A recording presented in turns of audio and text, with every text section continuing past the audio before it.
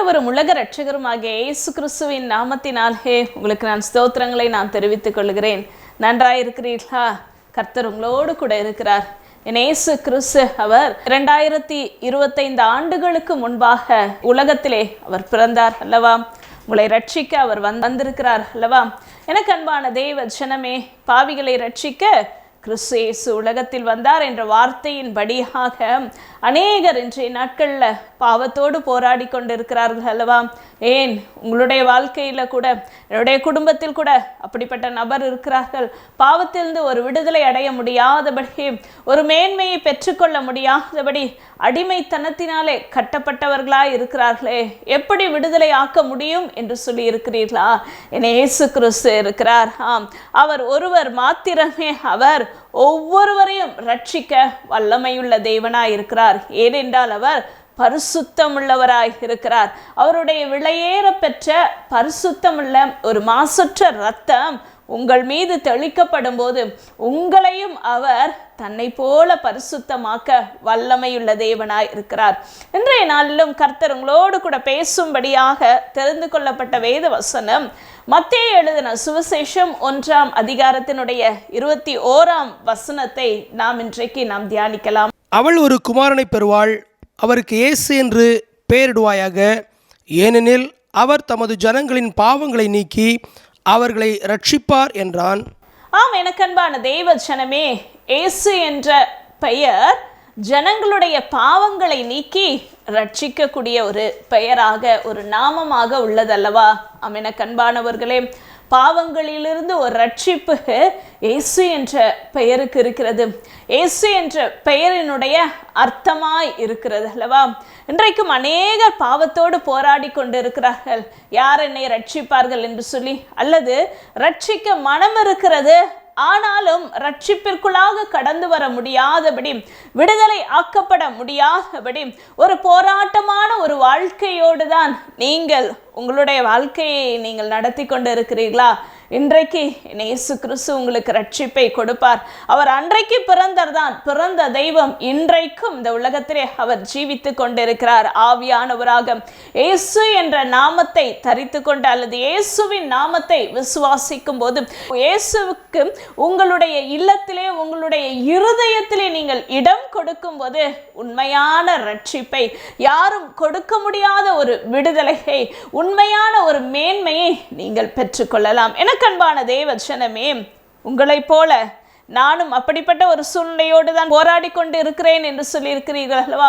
உங்களைப் போல ஒரு மனிதன் அப்படியாக தான் பாவத்திலிருந்து விடுதலை ஆக்கப்பட முடியாதபடி இருந்தபோது இயேசு பாவத்திலிருந்து அந்த மனிதனை ரட்சித்தார். யார் என்று சொல்லி நாம் பார்த்தோம் என்றால், லூக்கா சுவிசேஷம் 19ஆம் அதிகாரத்தினுடைய 9-10 வேத வசனத்தை நாம் வாசிக்கலாம். இயேசு அவனை நோக்கி, இன்றைக்கு இந்த வீட்டுக்கு ரட்சிப்பு வந்தது, இவனும் ஆபிரகாமுக்கு குமாரனாய் இருக்கிறானே. இழந்து போனதை தேடவும் ரட்சிக்கோமே மனுஷகுமாரன் வந்திருக்கிறார் என்றார். எனக்கு அன்பான தெய்வ ஜனமே, இந்த வேத பகுதியிலே பார்க்கும்போது இன்றைக்கு இந்த வீட்டுக்கு ரட்சிப்பு வந்தது என்று சொல்லி வேத வசனத்திலே எழுதப்பட்டிருக்கிறது. யாருடைய வீடு? சகேவினுடைய வீடு என்று சொல்லி நீங்கள் அறிந்திருக்கிறீர்கள் அல்லவா? எனக்கு அன்பானவரே, சகேயு இயேசுவை பார்த்தார். சகேயு இயேசுவினிடத்திலே பேசின பிறகு அந்த வீட்டுக்கே ரட்சிப்பு வந்ததாம். அந்த வீட்டுக்கே ஒரு இதுவரைக்கும் இருந்த பாவத்தினுடைய இருள், இதுவரைக்கும் இருந்த பாவத்தினுடைய கட்டு, எல்லாவற்றிலிருந்து இதுவரைக்கும் இருந்த ஒரு அடிமைத்தனத்தினுடைய காரியங்களிலிருந்து முழுவதுமாக அந்த வீட்டே பெற்றுக்கொண்டது என்று சொல்லி வேத வசனத்திலே நாம் வாசித்தறிந்து கொண்டோம் அல்லவா? சகேயுவை குறித்து நீங்கள் அனைவரும் அறிந்திருக்கிறீர்கள். சகேயு குள்ளமான ஒரு மனிதனாய் இருந்தார். ஆயக்காரர்களுக்கெல்லாம் தலைவனாக இருந்தார். ஆயக்காரர் என்றால் அன்றைய நாளிலே பார்க்கும்போது வரி வசூலிப்பவர்கள். இவர்கள் பார்க்கும்போது இவர்கள் யூதர். இந்த சகேயு பார்க்கும்போது ஒரு யூதன் தான். ஆனால் ரோம அரசாங்கத்திற்கு யூத ஜனங்களிடத்திலிருந்து வரியை வசூலித்து கொடுக்கக்கூடிய ஒரு யூத வேலையை செய்யக்கூடிய ஒரு மனிதனாக, யூத மனிதனாக காணப்பட்டார். வரி வசூலித்து ரோமர்களுக்கு அப்படிப்பட்ட அந்த வரியை செலுத்தக்கூடிய அப்படிப்பட்ட ஒரு பதவியிலே வாழ்ந்து கொண்டிருந்தார் இந்த சகேயுவை. பொதுவாக சகேயுவை அந்த ஜனத்தாருக்கு பிடிக்கவே பிடிக்காது. ஏனென்றால் வரி கொடுக்க வேண்டுமே, வரி கட்ட வேண்டுமே என்று சொல்லி மிகவும் ஒரு நெருக்கத்தை கொடுக்கக்கூடிய இந்த மனிதன் தான் இந்த சகேயு. இந்த சகேயு கேள்விப்படுகிறார், இயேசுவை பார்க்க வேண்டும் என்று சொல்லி. அவர் குள்ளனா இருந்தபடியினாலே ஒரு மரத்தின் மீது அவர் ஏறி அங்கே நின்று இயேசு அந்த வழியாய் நடந்து வருகிறார் என்று சொல்லி கேள்விப்பட்டு அப்படியாக அந்த மரத்தின் மேல் அமர்ந்து அவர் பார்த்து கொண்டு இருக்கிறார். அப்படியாக பார்க்கும்போதுதான் இயேசு சகேயுவை பார்த்து அவர் கூறுகிறார், சீக்கிரம் இறங்கி வா, நான் உன்னுடைய வீட்டிலே வந்து தங்க வேண்டும் என்று சொல்லி. அப்படி சொன்ன அந்த வார்த்தைக்கு அப்படியே சகேயு செவிசாய்த்து உடனே சீக்கிரமாய் இறங்கி சந்தோஷத்தோட அவரை அழைத்து கொண்டு என்ன பண்ணாராம், சென்றாராம் தன்னுடைய வீட்டிற்கு. எனக்கு அன்பான தேவ ஜனமே, இந்த சகேயுவுக்கு இயேசுவை பார்க்க வேண்டும் என்ற ஒரு ஆசைதான் இருந்தது. ஆனால் இயேசு நான் உன்னுடைய வீட்டிற்கு வர வேண்டும் என்று சொல்லி சொன்ன உடனேயே சகேயுக்குள்ளாக ஒரு சந்தோஷம். ஏனென்றால் சுற்றி இருக்கிற ஜனத்தார் மத்தியில வெறுக்கப்பட்ட ஒரு நிலைமைதான் சகேயுவினுடைய வாழ்க்கை. மற்றவர்களினாலே புறக்கணிக்கப்பட்ட ஒரு நிலைமைதான் சகேயுனுடைய வாழ்க்கை. சகேயுவை யாருக்குமே பிடிக்காது. யாரும் சகேயுவினோடு கூட ஐக்கியம் வைக்க மாட்டார்கள்.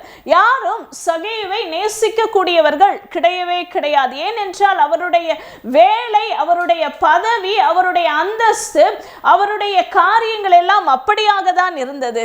எனக்கு அன்பான தேவ ஜனமே, நீங்களும் நானும் அப்படிதான் இருக்கிறேன் என்று சொல்லி இருக்கிறீர்களா? வேறு வழி இல்லையே, நான் என்ன செய்வது? இப்படிப்பட்ட ஒரு சூழ்நிலையிலே, இப்படிப்பட்ட ஒரு வேலையிலே, இப்படிப்பட்ட ஒரு குடும்பத்தில் தான் நான் காணப்படுகிறேன். ஆனால் காரணம் இல்லாமலே என்னை பகைத்து கொண்டு இருக்கிறார்கள் என்று சொல்லி இருக்கிறீர்களா? அப்படிப்பட்ட ஒரு நிலைமைதான் சகேயுவுக்கும் இருந்தது. இயேசு சொன்ன உடனே சகேயுவுக்குள்ளாக ஒரு சந்தோஷம். யாருமே வராத என்னுடைய வீட்டிற்கு யார் வருகிறார்? பரிசுத்தராகிய இயேசு வருகிறாரே என்று சொல்லி மிகுந்த ஒரு சந்தோஷத்தோடு தன் வீட்டிற்கு அழைத்து கொண்டு சென்றாராம். எனக்கு அன்பான தேவ ஜனமே, என்னுடைய வீட்டுக்கு யாருமே வரதில்லை, என்னை புறக்கணிக்கிறார்கள், என்னுடைய குடும்பத்தை மதிக்க மாட்டிருக்கிறார்கள் என்று சொல்லி இருக்கிறீர்களா? யார் வரவில்லை என்று சொன்னாலும் பரவாயில்லை, இயேசு உங்களுடைய வீட்டிற்கு வர அவர் ஆயத்தமா இருக்கிறார், அவர் ஆசையா இருக்கிறார். அவரை நீங்கள் விரும்பி அழைக்கும் போது அன்றைக்கு வரைக்கும் இல்லாத ஒரு பெரிய சந்தோஷம் சகேயுக்குள்ளாக கடந்து வந்தது. சகேயுவுக்கு அநேக பணங்கள் இருக்கிறது, பொருட்கள் இருந்திருக்கலாம், அநேக தன்னுடைய வேலையின் நிமித்தமாக ஆசைகள் சேர்த்து வைத்திருந்திருக்கலாம், இன்னும் பார்க்கும்போது ஒரு ஐஸ்வர்யவானாக கூட இருந்திருக்கலாம். ஆனால் சந்தோஷமற்ற ஒரு சகேயுவாக தான் இருந்தார். என்றைக்கு இயேசுவை தன்னுடைய இல்லத்திற்கு வருமாறு சொன்ன உடனே, அதற்கு செவிசாய்த்த உடனே சகேயுக்குள்ளாக சந்தோஷம் வந்தது. உடைய குடும்பத்தில் இயேசு இருக்கிறாரா? உடைய இருதயத்தில் இயேசு இருக்கிறாரா? நீங்கள் வசிக்கிற உங்களுடைய வீட்டிலே இயேசு இருக்கிறாரா? இயேசுவை நீங்கள் விரும்புங்கள்.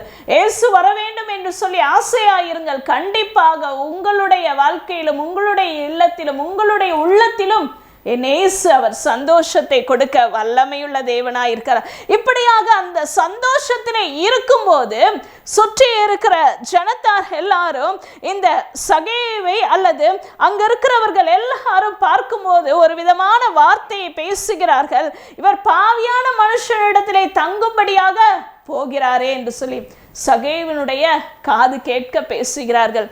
இயேசுவினுடைய காது கேட்க பேசுகிறார்கள். இவன் ஒரு பாவியான மனுஷன் என்று சொல்லி. எனக்கு அன்பான தேவ ஜனமே, நீங்கள் இயேசுவுக்காக அல்லது இயேசுவோடு கூட வாழ வேண்டும். இயேசு சொன்ன வார்த்தைகளுக்கு கீழ்ப்படிந்து நான் செவிசாய்த்து இருக்க வேண்டும் என்று சொல்லி இருக்கும்போது சுற்றி இருக்கிற மனிதர்கள் முறுமுறுக்க தான் செய்வார்கள். சுற்றி இருக்கிற மனிதர்கள் உங்களை மட்டுப்படுத்த தான் செய்வார்கள். சுற்றி இருக்கிற மனிதர்கள் உங்களுடைய பாவத்தை சுட்டி காண்பிக்க தான் செய்வார்கள். சுற்றி இருக்கிற மனிதர்கள் உங்களை நெருக்க செய்வார்கள். சுற்றி இருக்கிற மனிதர்கள் உங்களுக்கு விரோதமாய் கூட எழும்புவார்கள். எனக்கு அன்பான தேவ ஜனமே, அதையெல்லாம் நீங்கள் பார்க்காதீர்கள். இதை சகேயு கண்டு கொள்ளவே இல்லை. சகேயுவினுடைய ஒரே ஆசை இயேசுவை பார்க்க வேண்டும். ஆனால் இப்பொழுது அதை காட்டிலும் இயேசு என்னுடைய வீட்டிற்கு வருகிறாரே என்று சொல்லி அந்த ஒரு சந்தோஷத்திலேயே சகேயு காணப்பட்டார். சகேயு காணப்பட்ட பிறகு சகேயுனுடைய இருதயத்திலே ஒரு மாற்றம் ஏற்பட்டு விட்டது. இப்பொழுது சகேயு சொல்லுகிறார், என்ன சொல்லுகிறார்? நான் யாரிடத்தினாவது அநியாயமாய் வாங்கி இருந்தால் அதை கொடுத்து விடுகிறேன்.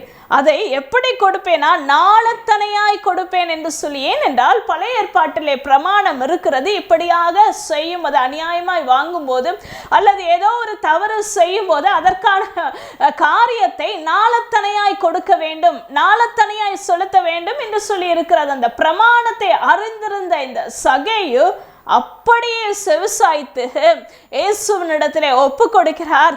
நான் பாவியான மனுஷன்தான், பாவத்தை நான் செய்திருக்கிறேன், நான் மற்றவர்களிடத்திலே நான் அநியாயமாய் வாங்கி இருக்கிறேன், நான் இன்னென்ன காரியங்களை செய்திருக்கிறேனே, இதை நான் அவர்களுக்கு மறுபடியும் திருப்பி கொடுத்து விடுகிறேன் என்று சொல்லி தன்னுடைய பாவத்தை அறிக்கை செய்திருக்கிறார். அந்த பாவத்திலிருந்து நான் விடுதலை ஆக்கப்பட வேண்டும் என்று சொல்லி இந்த சகேயு இப்பொழுது பார்க்கும்போது அதற்கான ஒரு காரியத்தை, முயற்சியை, பிரயாசத்தை செய்கிறார் அல்லவா? எனக்கு அன்பான தேவச்சனமே, உங்களுக்கு கூட நானும் பாவத்திலிருந்து விடுதலை ஆக்கப்பட வேண்டும், இன்னென்ன அடிமைத்தனத்திலே நான் இருக்கிறேன், மீண்டு வர முடியவில்லை என்று சொல்லி நினைக்கிறீர்கள். இதிலிருந்து நான் மீண்டு வந்தால் நன்றாக இருக்குமே என்று சொல்லி ஆசை இருக்கிறது. ஆனால் அறிக்கையிட அதிலிருந்து விடுதலை ஆக்கப்பட முடியாதபடி இருக்கிறீர்கள் அல்லவா? எனக்கு அன்பான தேவச்சனமே, இயேசு என்னோடு இருக்க வேண்டும், இயேசுனுடைய ஆசீர்வாதத்தை நான் பெற்றுக்கொள்ள வேண்டும், இயேசு என் குடும்பத்தில் இருக்க வேண்டும், நான் இயேசுவின் பிள்ளை என்று சொல்லிக் கொள்வதற்கெல்லாம் ஆசையாக இருக்கிறது. ஆனால் உங்களுக்குள்ளாக இருக்கிற பாவங்கள், உங்களுக்கு நீங்கள் கட்டப்பட்டு இருக்கிற காரியங்கள், உங்களுடைய அடிமைத்தனத்தினுடைய கிரியைகள், உங்களுடைய குடும்பத்தில் நடக்கிற காரியங்கள் எல்லாவற்றையும் நீங்கள் சற்று சிந்தித்து ஆராய்ந்து பார்த்து தேவ சமூகத்தில் ஒப்பு கொடுத்து பாருங்கள். அதிலிருந்து மனமாற்றத்தை, ஒரு மனம் திரும்புதலை நீங்கள் பெற்றுக்கொண்டு இயேசுவின் பாதையிலே நீங்கள் செல்லுவீர்கள் என்றால் அன்றைக்கு சகேயுவினுடைய ஒரு மனமாற்றம் அந்த குடும்பத்திற்கே, அந்த வீட்டிற்கே ரட்சிப்பு வந்தது என்று சொல்லி வேத வசனத்திலே நாம் அறிந்து கொள்ளலாம் அல்லவா? இழந்து போன ஆபிரகாமுடைய குமாரன் என்ற அந்தஸ்தை மறுபடியுமாக சகேயு பெற்றுக்கொண்டான்.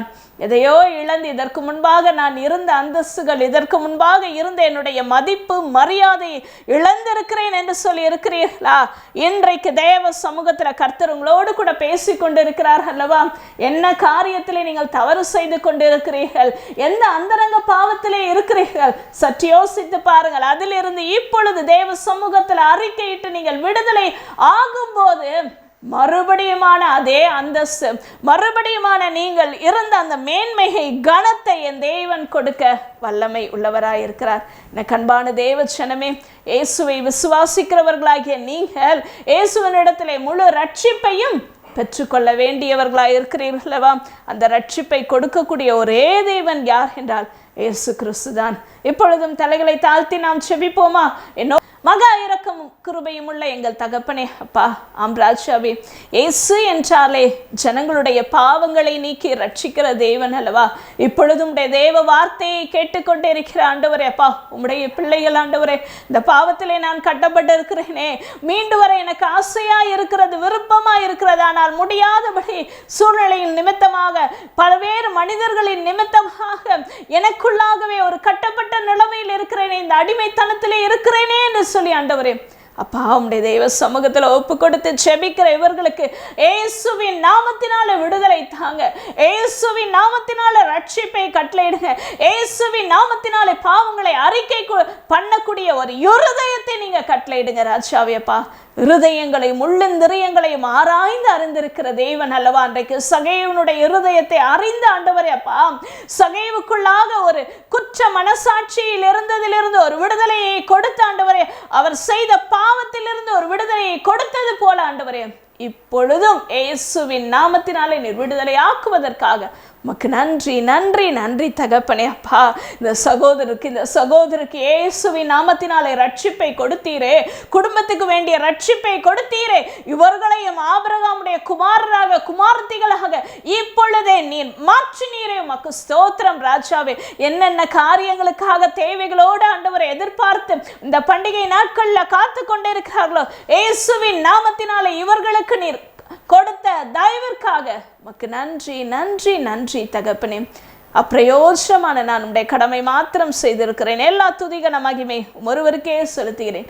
மீட்பர் இயேசு கிறிஸ்துவின் நாமத்தில் ஜெபிக்கிறேன் நல்ல பிதாவே, ஆமேன் ஆமேன். கர்த்தர் உங்களோடு கூட இருக்கிறார், உங்களை ரட்சித்திருக்கிறார். God bless you. கிறிஸ்துவுக்குள் பிரியமானவர்களே, ஆண்டவரை இயேசு கிறிஸ்து நாமத்திலே நான் வாழ்த்துகிறேன். அதனாலே கூட நீங்கள் கேட்ட வார்த்தையின்படி அவர் உங்களை ரட்சிக்கிறார். உங்கள் ரட்சிப்பை கொடுக்கிற ஆண்டவர் உங்களோடு கூட இருக்கிறார். விசேஷமாக ஆண்டவராக இயேசு கிறிஸ்துவின் பிறப்பை கொண்டாடுகிற, அதாவது கிறிஸ்மஸ் காலத்துக்குள்ளாக வந்திருக்கிற உங்களுக்கு, உங்கள் குடும்பத்தாருக்கு கர்த்தர் ரட்சிப்பை கொடுக்க விரும்புகிறார். உங்கள் அனைவருக்கும் எங்கள் குடும்பத்தின் சார்பாக, ஊழியத்தின் சார்பாக கிறிஸ்மஸ் நல்வாழ்த்துக்களை நாங்கள் தெரிவித்துக் கொள்கிறோம். இந்நாளிலே கூட கீழ்காணும் எண்ணுக்கு நீங்கள் தொடர்பு கொள்ளுங்கள். உங்களுடைய ஜெப விண்ணப்பங்கள் இருக்குமானால் எங்களோடு கூட பகிர்ந்து கொள்ளுங்கள். விசேஷமாக நாங்கள் ஒவ்வொரு நாள் மதியம் 2 மணி முதல் 3:20 மணி வரை ஜூம் ஆப்பின் மூலமாக தேசத்திற்காக ஜெபித்து வருகிறோம். ஒருவேளை நீங்களும் இந்த ஜெபத்திலே பங்கு பெற விரும்பினானால் கீழ்காணும் எனக்கு தொடர்பு கொண்டு எங்களது லிங்கை கேட்பிலானால் நாங்கள் உங்களுக்கு அது அனுப்பி வைப்போம். நீங்களும் என்னோடு இணைந்து தேசத்திற்காக ஜெபியுங்கள். கர்த்தர் தாமே உங்களை ஆசீர்வதிப்பாராக. God bless you.